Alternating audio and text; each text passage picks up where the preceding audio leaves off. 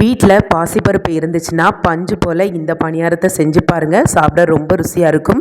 இதை செய்கிறதுக்கு 1/4 கப்பு சிறுபத்தம்பருப்பை லைட்டாக வறுத்துட்டு 10 நிமிஷம் ஊற வச்சு எடுத்துக்கோங்க. 10 நிமிஷத்துக்கு அப்புறமா தண்ணியை வடிச்சிட்டு மிக்ஸி ஜாரில் சேர்த்துட்டு 2 வாழைப்பழம் இது மாதிரி சின்ன சைஸுக்கு சேர்த்துக்கோங்க. பெரிய சைஸாக இருந்தால் 1 சேர்த்துக்கோங்க. கூடவே 2 ஏலக்காயும் 1/2 கப்பு சர்க்கரையும் சேர்த்துடுங்க. சேர்த்துட்டு நல்லா நைஸாக அரைச்சிட்டு ஒரு பாத்திரத்துக்கு மாற்றிடுங்க. இதோட 1 கப்பு தண்ணி, 1 கப்பு கோதுமை மாவு, கொஞ்சமாக உப்பு, 1/4 டீஸ்பூனை விட கொஞ்சம் கம்மியாக சோடா உப்பு சேர்த்துட்டு நல்லா கலந்துடுங்க. இப்போ ஒரு 10 நிமிஷம் அப்படியே வச்சுடுங்க. 10 நிமிஷத்துக்கு அப்புறமா மறுபடியும் லைட்டாக கலந்துடுங்க.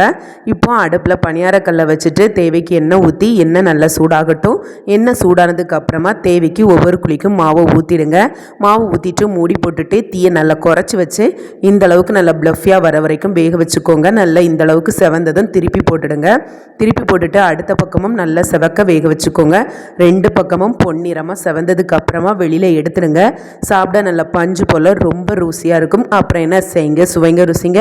ரெசிபி பிடிச்சிருந்தா தக்ஷன் தக்ஷி கிச்சனை சப்ஸ்கிரைப் பண்ணி சப்போர்ட் பண்ணுங்கள்.